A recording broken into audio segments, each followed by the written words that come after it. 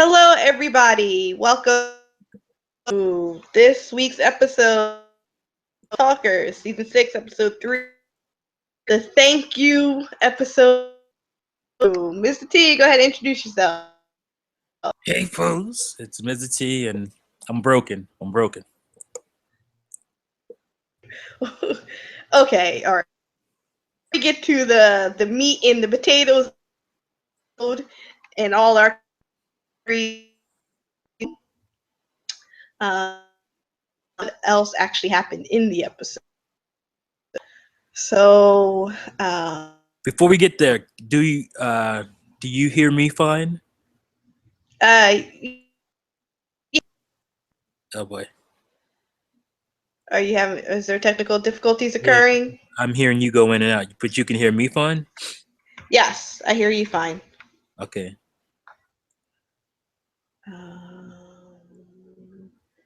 So what happened? Okay, so we are now with the other group because remember we saw what happened in Alexandria with the wolves taking over. So now we're seeing Rick and his group dealing with the wolf. Well, not dealing with the wolves, dealing with the walkers and the horn. Their So perspective. yeah, that perspective of it all. So how's the episode start?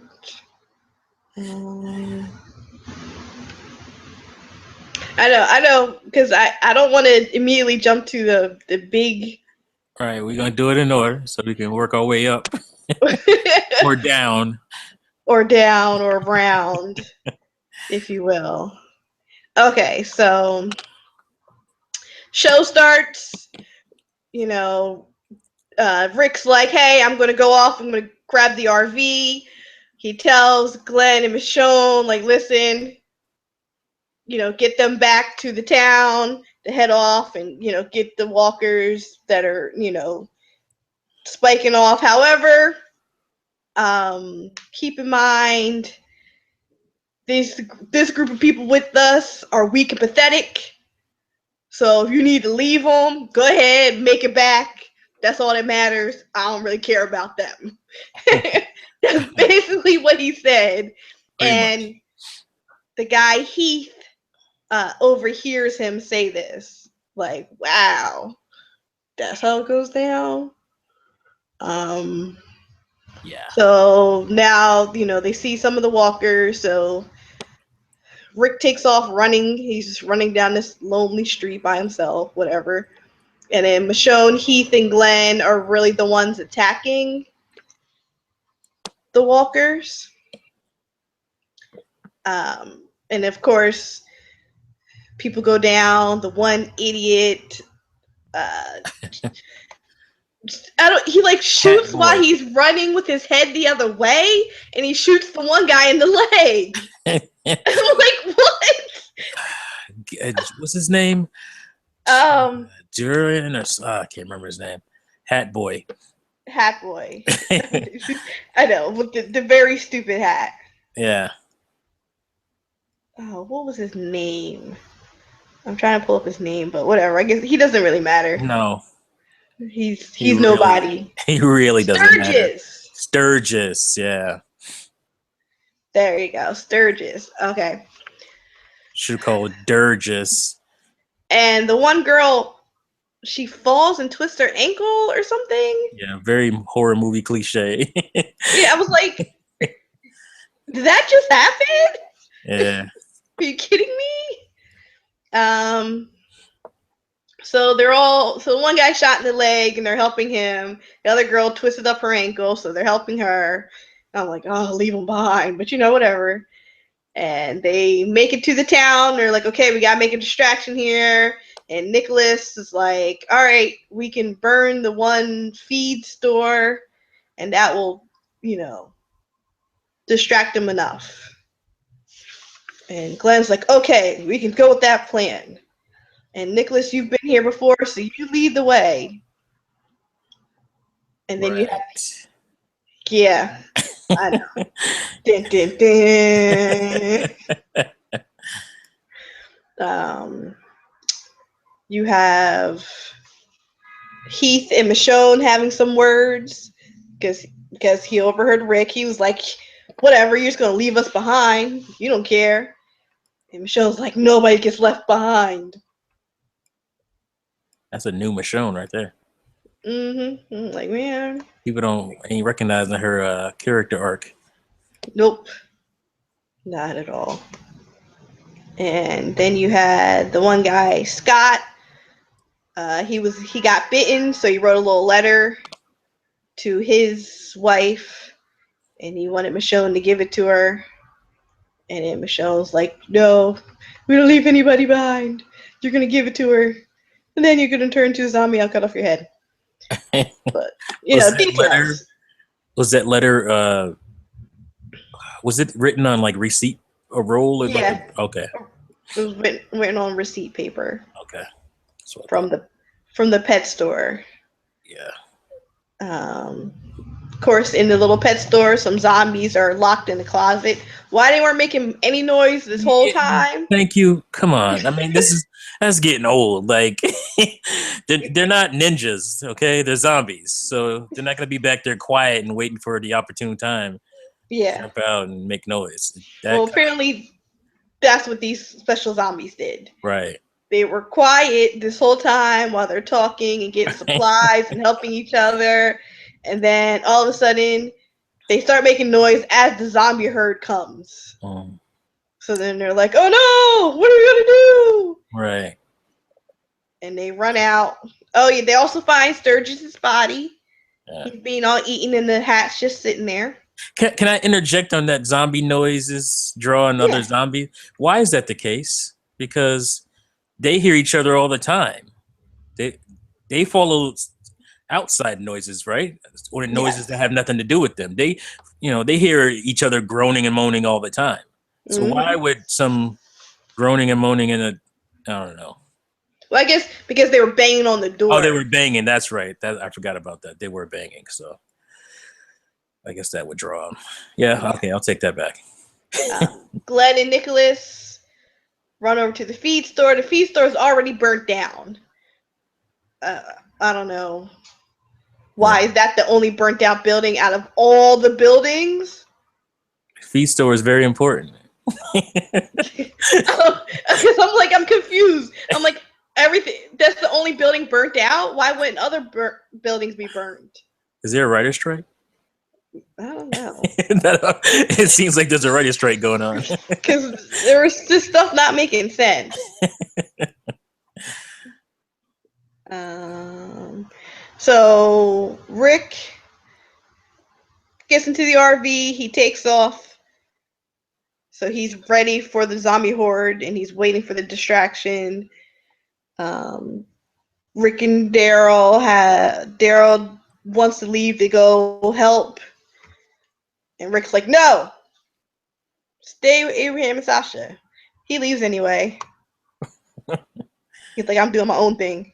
Yeah, I'm doing what I think is right." And that comes around. Yeah. Well, we'll get to that. Rick is on the little walkie-talkie saying, "I hear gunshots, but it's Alexandria. They're going to have to hope that they can handle it themselves and that they're okay, that they'll be fine." And as he's saying that, next thing you know, some wolves sneak up on the RV, and he has to take two of them out. And he finds in the pocket of one of them baby food. So I guess he's like, "Wait, oh no, my baby." I'm telling them not to leave. I want to go." All right. And some other wolves try to sneak up on the side, and he just takes that AK-47, just lights up the side of the RV. That was a badass scene. He's just like he's just full on. Yeah, terminate through the wall.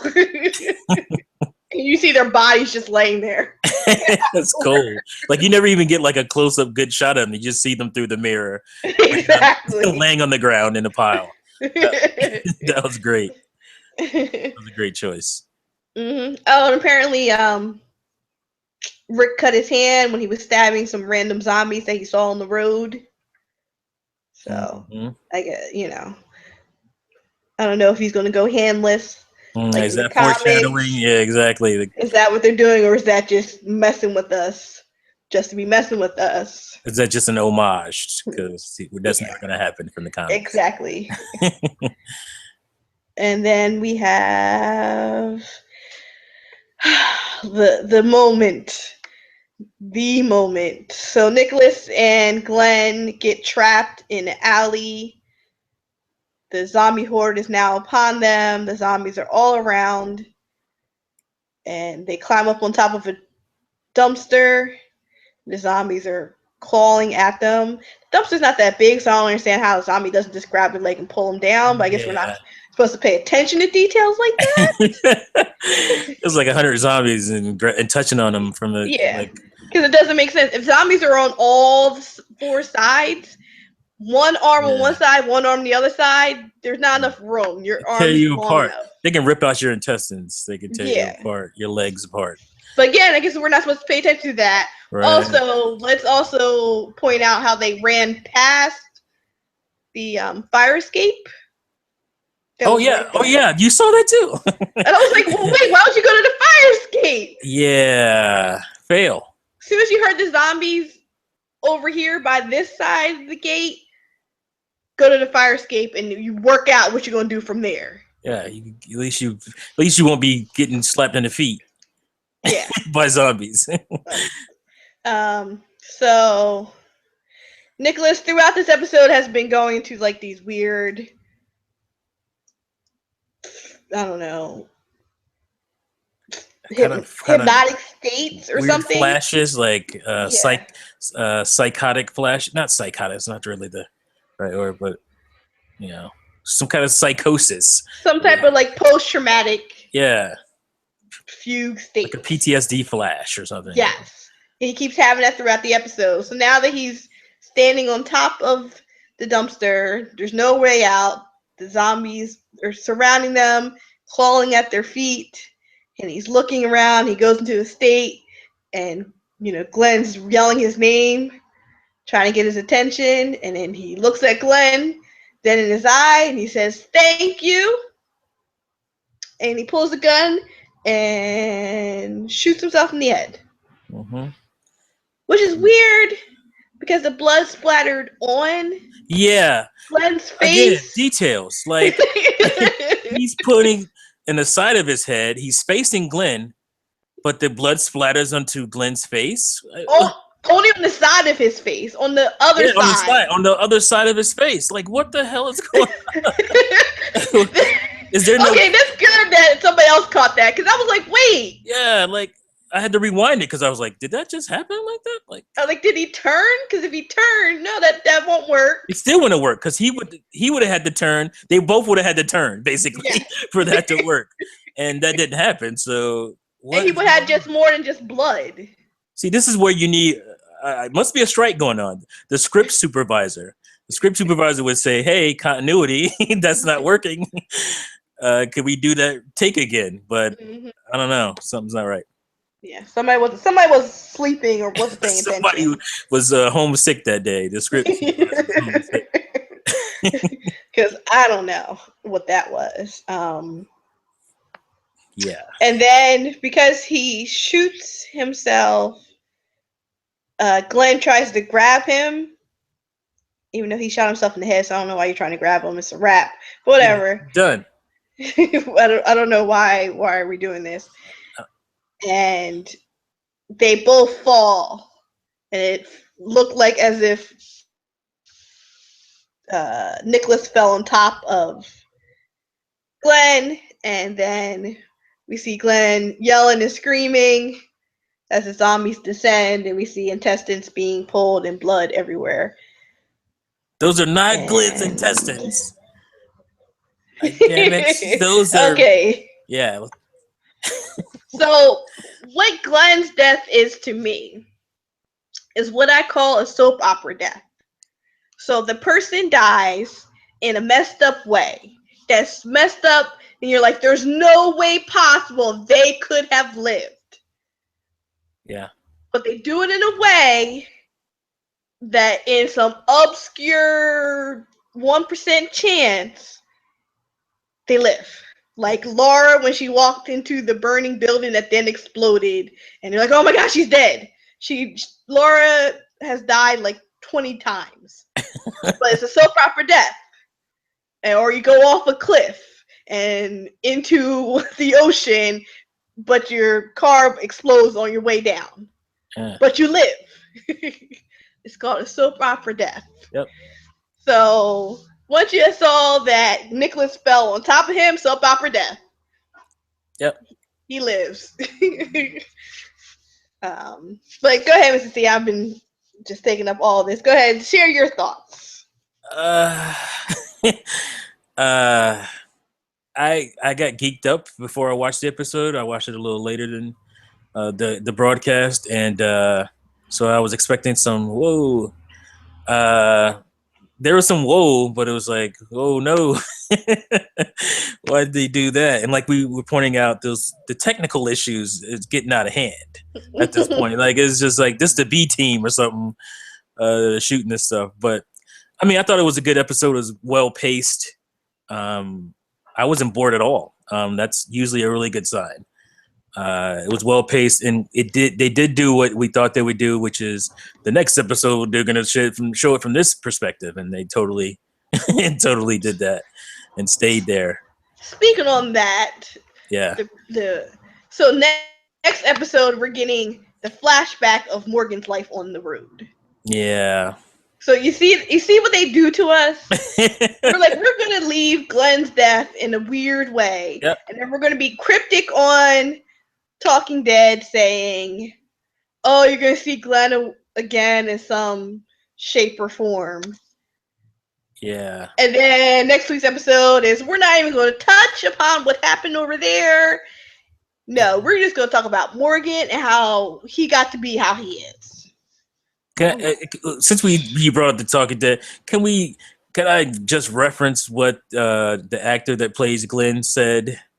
I don't know. I don't know it word for word, but the one thing that bothered me was when he said we shouldn't be watching this show like it's Survivor because then we missed the big picture. Shut up, bro. We still get the big picture, but we can't help but to watch it like Survivor because you get attached to certain characters and you hope they live through the episode. And that's kind of how it works. It's kind of how Survivor works. You get attached to somebody in the show in Survivor and you're fighting for them. You're rooting for them the whole series.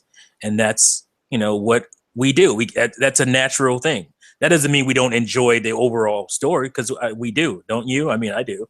So I was a little annoyed that he put that out there. It's like, shut up. Let us watch it the way we like to watch it. I mean, that's our enjoyment.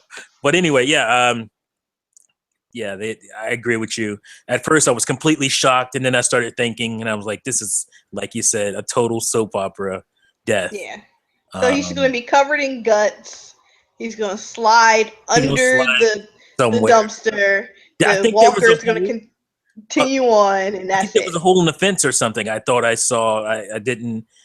After when I was thinking about it, I didn't. Obviously, I could have went back and watched it, but I deleted it. I had it on record, but I deleted it.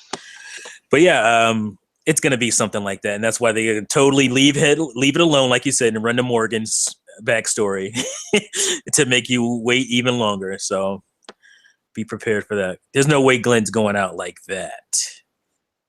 No, he still has to do his dance with Lucille. Right, he's got some stuff to do. So yeah. We have to wait. Yep. I was shocked. I was pissed. And I think another one more giveaway that he's not dead is that the actor wasn't on Talking Dead. Exactly. As soon as the person dies for real, they're on that show in mourning. So, and he wasn't there. So come on. Yeah, he wasn't there, and then he wasn't listed in the deaths that they do. Right. I'm like, okay, you're not showing him, so obviously he's not dead. Like, what you should have did is shown him, like, bam. Yeah, and then just said he was dead. Just said he was dead, and be like, psych! Had the actor come on and play it off, and be like, that would have been better. But you're exactly. But giving it like, away. You're talking it too was a much. messed up death, or Yeah. just been played the words just right that he didn't actually say, "Yeah, I'm dead," Yeah. but made you think he was like, "Yeah, it was." It was a very traumatic playing that moment, blah blah blah, but never actually said, "How do you feel about being dead?" Like, just dance all around it, Yeah. and then that would have been it. I think another thing that annoyed me a lot um, with this episode was this the regressive stupidity of our survivors here, of our um, people that we watched over 6 seasons or 5 seasons now, going on, or this is the sixth one, obviously. The regressive stupidity, like Glenn just giving up all his survival instincts to follow this dude who tried to murder him like 3 times. Like Exactly. his survival instincts are completely going out of the door, and he's just gonna follow this guy because he's been there before. So what? So what? He's been there before. It's a town. It's an open town. Run somewhere. I mean, come Yeah. on. Keep it down Main Street. Right. Like, why are you dipping off into a side alleyway that you don't know? It's just not. It's not a maze. It's an open town. It's not a maze that he's been through before. This is not Maze Runner. Yeah. So that annoyed me. It's like it didn't make sense to me. So, but No. like I said, I enjoyed the episode overall. It was well paced and it had its cliffhanger. Yeah. So, I agree. I enjoyed this episode as well.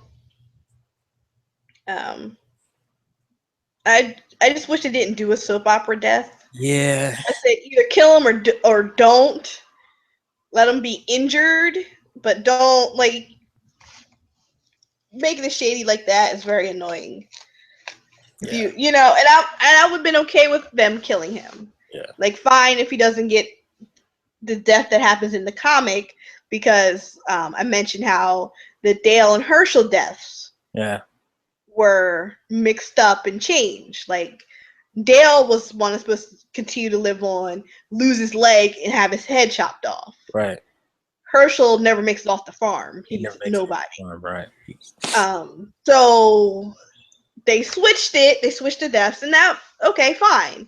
So I would have been okay. Switch Glenn's death, and somebody else die in his place. Especially, and I would have been fine with that. There's characters there that could have done that.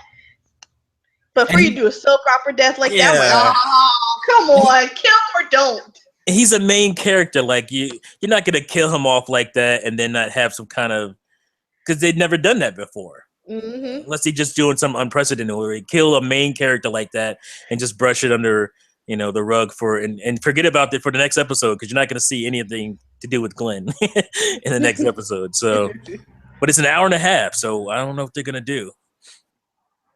That's going to be a lot of Morgan.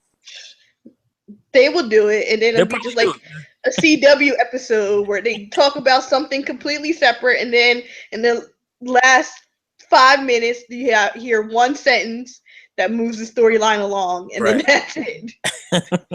They do it all the time. Welcome to the CW shows. You're right. They'll do that. I mean, nobody's doing singing yet, so I guess it's not too far off. Yeah. But yeah, they did it. Was there anything else about that episode? That was really about it. It's just I think so. It's again, this is they need to stop with that regressive survival instincts. They've been through it. They talk about how they've been through it. They talk to Dr. Dreads, I call him, because it's Dre from Straight Outta Compton. Yeah, I know. That's what, every time I kept looking at him, I'm like, I can't. All I see is Dr. Dre now, the young Dr. Dre from Straight Outta Compton. So Michonne had that little conversation with him, right? About, because he thinks that's because he's been on a few runs that he's on their level. And she's like, no, nah, bruh. Nah, she's behind down somewhere. You ain't been through it like we've been through it. So her reiterating that and then seeing them do stupid stuff that annoys me. So that, but it's cool. It's cool to see at least one of the Alexandrians not be a complete idiot and be scared of everything. One thing I wanted to point out was the fact that this is a tip to you Alexandrians going forward. Don't get all wishy-washy and scary and blame Rick for everything, because you're gonna die. It's happened 2 episodes in a row now. Did you notice that? What? That if the Alexandrian who gets wishy-washy and scared and then starts blaming Rick ends up dying. Oh yeah. That's 2 episodes in a row that's happened. So going forward, you Alexandrians might want to cut that out. So you can live. Yeah. Okay, and then of course we still have the zombie hordes. Yeah, the horde. That It's still still hasn't been rectified yet. So exactly. Oh, and Daryl in the end meets back up with, despite hearing the gunshots from Rick, he still ends up back with Abraham and Sasha. Despite taking off in the beginning, like he didn't care, he still ends up back, and after the gunshots and what? What? What's going on? Yeah, like it doesn't make any sense. Yeah, it's very uncharacteristic. Because I'm like, all right, if you're gonna be the stand-up guy and go help Rick, or like Rick, what's going on? But then you just in the end turn around and just meet back up with Sasha and Abraham. Yeah. Then what was the point of you? Sit down somewhere. And is that RV the only way Rick can get back to Alexandria, or he's just the RV is not starting now. Yeah. I'm like, maybe you shot out something when you were just wilding out. You're just gonna sit there now? Mm-hmm. You just kind of sat there and while the zombies swarmed. Yeah, as the horde now. I'm like, are you gonna go shut the back door? You gonna get up and run? Or you can climb on at least the top of the RV? Yeah. You gonna do something? So, but again, who knows? Because next week's episode is about Morgan. Yeah, it's gonna be completely something else. We'll come back to that maybe in a couple weeks. Exactly. So I guess we'll see if 1, does Rick lose his hand? 2, is Glenn alive? How does he live? Will they show us how he did live? Or will it be a complete cop out? And they won't show it. I don't want them to show it. Actually, yeah, I wouldn't mind them not showing it. Have him come back, meet back up with everybody else, and just kind of have his own PTSD for a while before he talks about what happened and how he got out of it. Exactly. I don't want them. That would be cool. Just spoon feed it to us. Yeah, that would be cool. Mm-hmm. That's not what they're going to do. They're just going to tell us. Yeah, probably just going to tell us. It's going to be a flashback. Because that's too cool for them to do that. So. And so, was there anything else? No, I don't think so. I think we pretty much covered it. Yeah. Okay, so that was this episode of Dead Talkers. We talked about Glenn and his ability to live no matter what. So I don't think there's anybody out there who really thinks that he actually died at this point, even though people were fighting on my Google Plus about it. They got nasty there. Oh well. It had me for the first 10 minutes after I watched it. Mm-hmm. Like, he's dead. Oh my god! And I started thinking, like, no, he's not. And plus, like when the intestines were being pulled out, he wasn't coughing up blood. Yeah, he wasn't, and I'm not sure you can pull intestines from a person's chest. I guess you could, but I guess you. But I guess But then again, it's this show. That's how he got blood on this side of his face. Well, we were talking about continuity 5 minutes ago. How they don't really care about it. So there you go. I guess it could have happened like that. I guess I don't know. All right. So, do you have anything you want to pimp out, Mr. T? No, not really. I can't think of any specific. So I'll be talking about a bunch of stuff on my channel coming up. But awesome. No, yeah. And as always, we are appearing on the Gamers at Large Network, Wednesdays at 8, Sundays at 8.